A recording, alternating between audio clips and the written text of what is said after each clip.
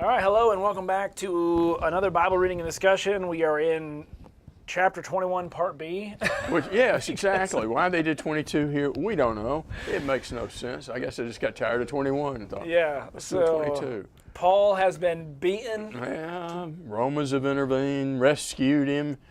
People are, all the thousands of believers that are there in Jerusalem, he wants them to do away with the law and the customs, they say. Yeah. And then there's false accusations made about him and exaggerations and lies.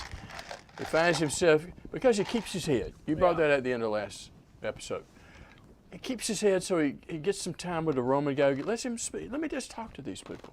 Try to put it in some reasonable perspective without going, yeah. By the way, if you know how to spell yeah, because I keep wanting to put yeah, and I don't know how to spell it, just put it in the text. How would you spell that out? I don't know. I puzzled over that for a long time. Yeah. Type it in Google. How do you? Yeah.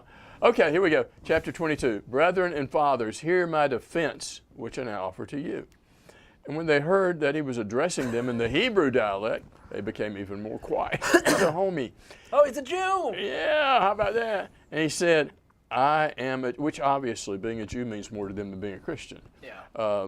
I am a Jew born in Tarsus, Cilicia, but brought up in this city, educated under Gamaliel. Ooh. Biggie. Pulling clout here. I know. Strictly according to the law of our fathers, being zealous for God, just as you all are today. He's very wise about how he does this. I persecuted, I was with you, he's saying. Man, but hear me out. I persecuted this way to death, binding and putting both men and women in prisons. As also the high priest and all the council of the elders can testify. From them I was also received letters to the brethren, started off for Damascus. Three times he talks about this in Acts. It's a biggie. In order to bring even those who were there, we're going outside Jerusalem and hunt them down as prisoners to be punished. Now, he's a zealot for this. He's all over it. But it happened that I was on my way approaching Damascus about noontime. A very bright light suddenly flashed from heaven all around me. I fell to the ground and heard a voice saying to me, Saul, Saul, why are you persecuting me? And I answered, who are you, Lord? I mean, he's using Lord in the common sense there. Yeah. And he said to me, I am Jesus, the Nazarene, whom you are persecuting. And those who were with me saw the light. To be sure, but they didn't understand the voice of the one who was speaking to me. And I said, what shall I do, Lord? And the Lord said to me, get up, go to Damascus. There you'll be told of all that has been appointed for you to do. But since I could not see because of the brightness of the light, so he's blind now, I was led by the hand to those who were with me and came to Damascus. Stop me when I need to stop, because I don't have any idea where I'm supposed to. 21? Yeah, I have an idea. A certain Ananias, man who was devout by the standard of the law, and well spoken about the Jews who lived there. It's a very skillful speech here.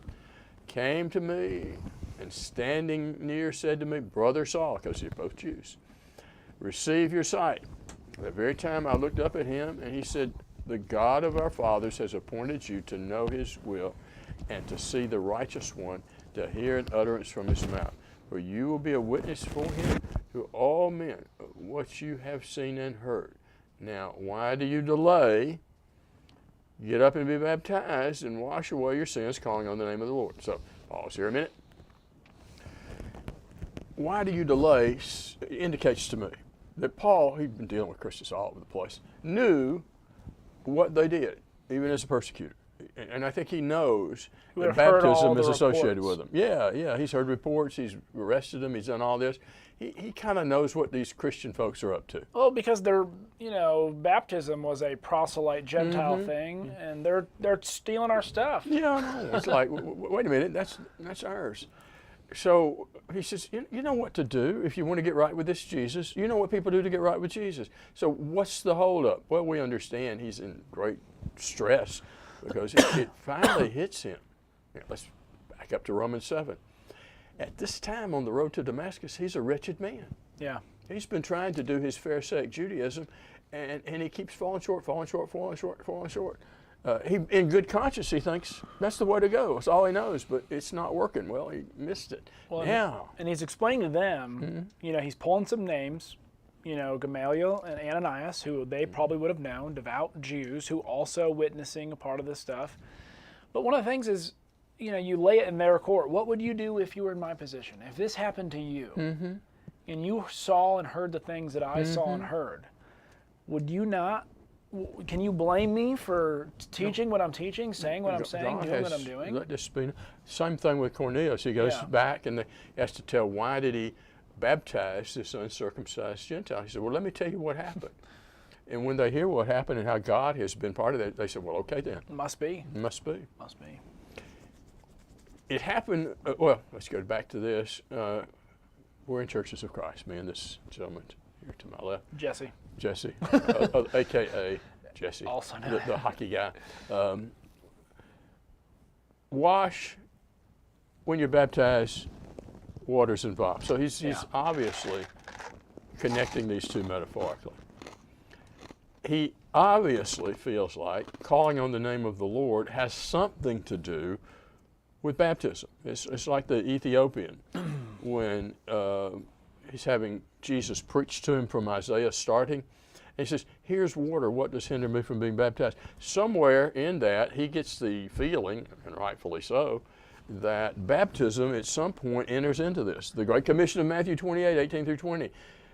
After one has decided to engage the gospel, you're baptized into the name of the Father, Son, and Holy Spirit, and then you're taught what you've gotten yourself into. You brought out that Southern preacher gospel, baptized. I'm from Atlanta, Georgia. Well, Peter has something similar and rewords it. Like I said, that's why I really enjoy the different perspectives, because we sometimes so care about exact wording when it's just trying to.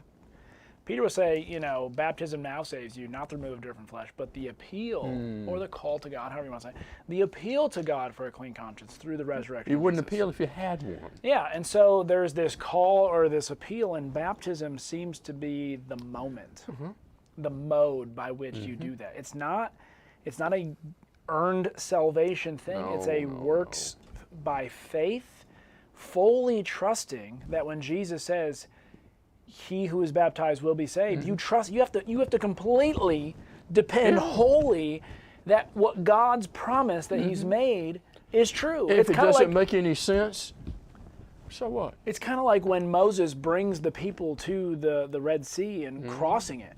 They've got to trust that those waters are going to hold all the way across. All the way through. And it's a complete act of faith. They didn't save themselves by walking through the water. Naaman, the leper's told to dip 7 times in the Jordan. Jordan has no magic. It's just water. He could have gone in there and dipped any number of times, 7 even. He'd still be a leper. But God said, I want you to exercise your faith by accepting what my prophet has told you, and I'll cleanse you. That's the same thing as we have here. Yeah, it's the very opposite of any kind of work salvation. We can't have anything. We can't earn anything. We can't pay a penny of the price. Yeah. Okay, back to our story. It happened when I returned to Jerusalem and was praying in the temple that I fell into a trance. I saw him saying to me, make haste and get out of Jerusalem quickly, because they will not accept your testimony about me. Well, how about that? He said, Lord, they themselves understand that in one synagogue after another I used to imprison and beat those who believed in you. And when the blood of your witness Stephen was being shed, I was also standing by, approving, watching out for the coats of those who'd been slaying him.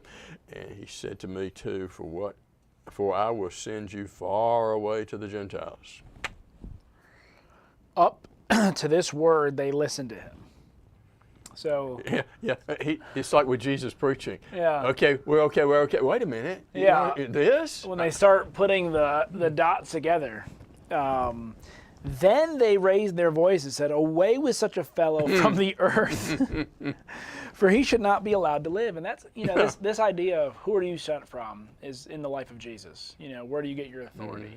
Is it from God? Is it from man? Here, they're saying this is an earthly man. His teaching is from, it can't be from God. He's gone too far. He's gone too far. For he should not be allowed to live. And as they were shouting and throwing off their clothes, flinging dust, man, I just am, I've dealt with some tantrums from kids that aren't as bad as this.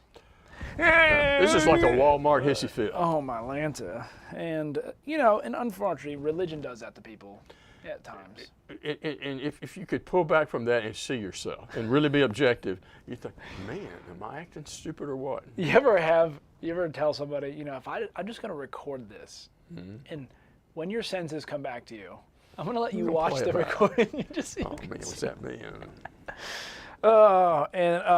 As they were flinging dust into the air, the tribune ordered him to be brought into the barracks, saying that he should be examined by flogging. Examine is a very to find out let's just beat him to pieces. why they were shouting against him like this. Beat him till he talks, right? But when they had stretched out for the whips, Paul said to the centurion who was standing by, "Is it lawful for you to flog a man keep in his head. who's a Roman citizen and uncondemned?" How do you think Caesar's gonna? Yeah, and the Romans, they got it from the Persians in Yeah. a way. The law of the Medes and Persians, also not. They have some pretty strict legal standards. Yeah. And he'd be a citizen. So when the centurion heard this, he went to the tribune and said to him, "What are you about to do? For this man is a Roman citizen." So the tribune came and said to him, "Tell me, are you a Roman citizen?" And he said, "Yes."